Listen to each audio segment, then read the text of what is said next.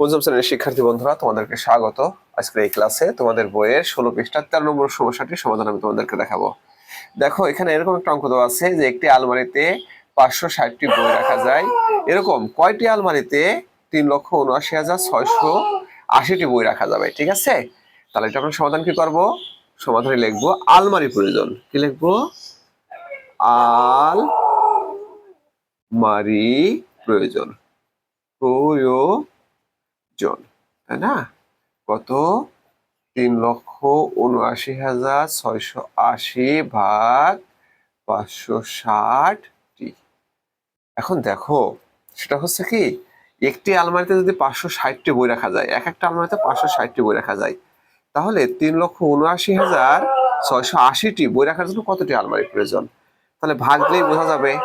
তুমি দেখো, যদি 50টি বই থাকে, ধরো একটা আলমারিতে 10টা বই রাখা যায়, কয়টি বই রাখা যায়? তাহলে এই 50টি বই রাখার জন্য কয়টি আলমারি প্রয়োজন? 5টি আলমারি। কিভাবে পেলাম? দেখো, ভাগ করলে বেরোয় আসবে।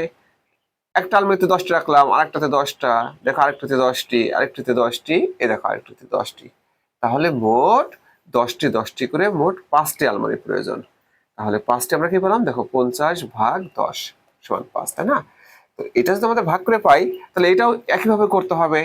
ঠিক আছে, তাহলে আমরা ভাগটা এখানে করে দেখাচ্ছি। দেখো, 560 ভাগ কত?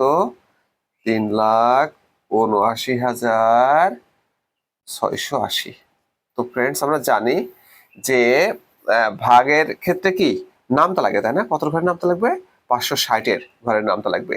তো নামতা তো আমরা মুখস্থ করা সম্ভব না, এটা আমরা গুণ করে করে নামতা বের করতে পারি।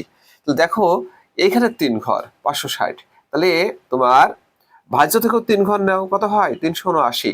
তাহলে ভাজ্য কি বড় হয়? দেখো, ভাজ্য কিন্তু ছোট হয়। যদি ভাজ্য ছোট হয় তাহলে কিন্তু এক ঘর বাড়া নিতে হয়। অর্থাৎ 3,796-র ভিতরে 560 কতবার যায়, এটা আমাদের বের করতে হবে। তোমরা একটু নামটা লিখে দেখি।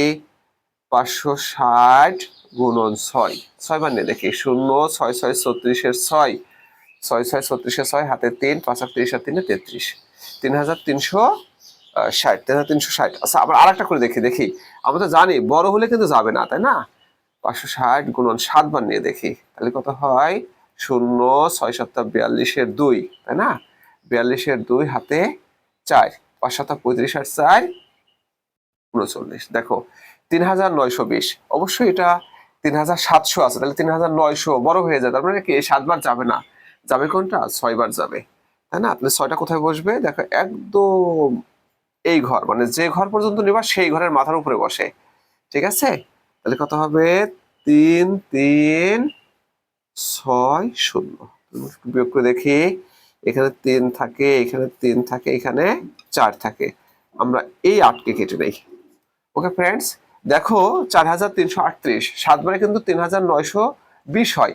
আমরা আরেকটু আগে দেখি কে কাছাকাছি হয়। 560 গুণন তোমার 8, 8 বার নিয়ে দেখি। 0, 6 48-এর 8, হাতে হাতে কত?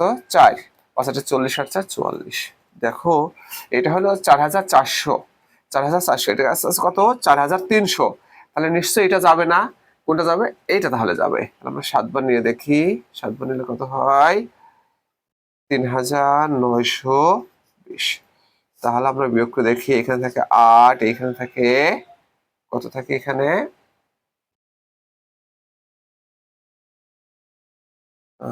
এখানে থাকে 1, আর এখানে আছে কত হলে তোমার 13 হবে না? 10, 11, 12, 13, 4, তাই না? 4,100।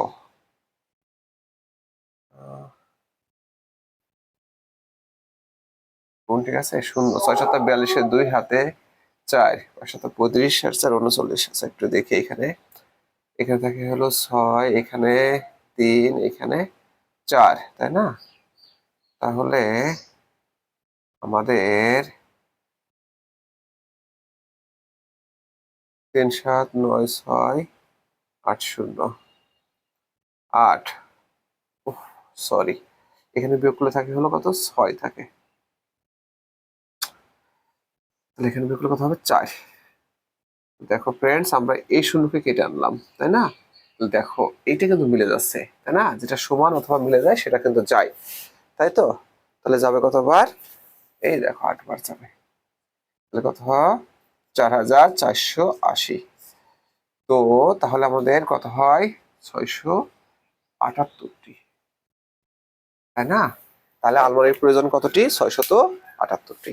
তো ফ্রেন্ডস, সবাইকে অসংখ্য ধন্যবাদ।